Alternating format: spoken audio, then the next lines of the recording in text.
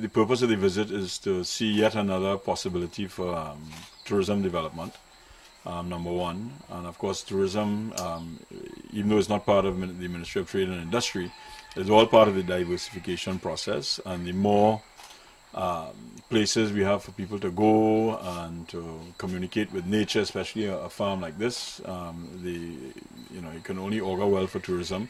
In addition to that, Trevor DeFreitas, of course, is a man who has been involved in horse racing for, well, I guess for his whole life, and he's a very good.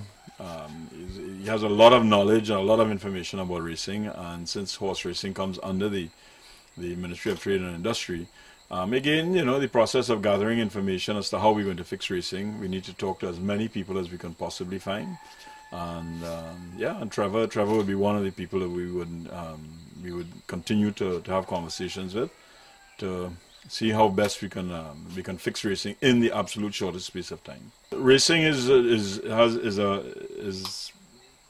covers a whole multitude of areas. One, it's entertainment. It's, of course, yes, it's gambling.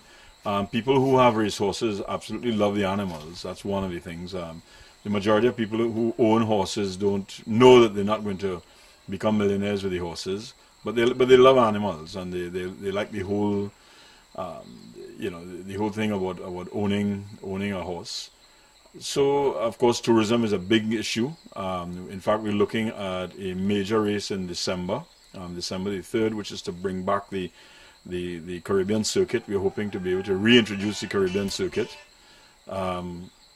But there's a lot of work that has to be done in horse racing before December. The racing plant in Arima is extremely tired, and that needs to be attended to. They have major problems in the paddock. I mean, horse racing right now is probably at its lowest, and it's something that we have to put some time, effort, and money into to get horse racing back to where it was however many decades ago.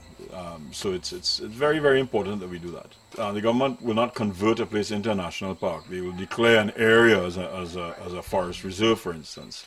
This is a privately held holding, and the government's purpose is to facilitate and to support in any which way that we can. But this is a private development, but it has a huge potential for all kinds of different types of tourism. Yes, and it's a good place to be.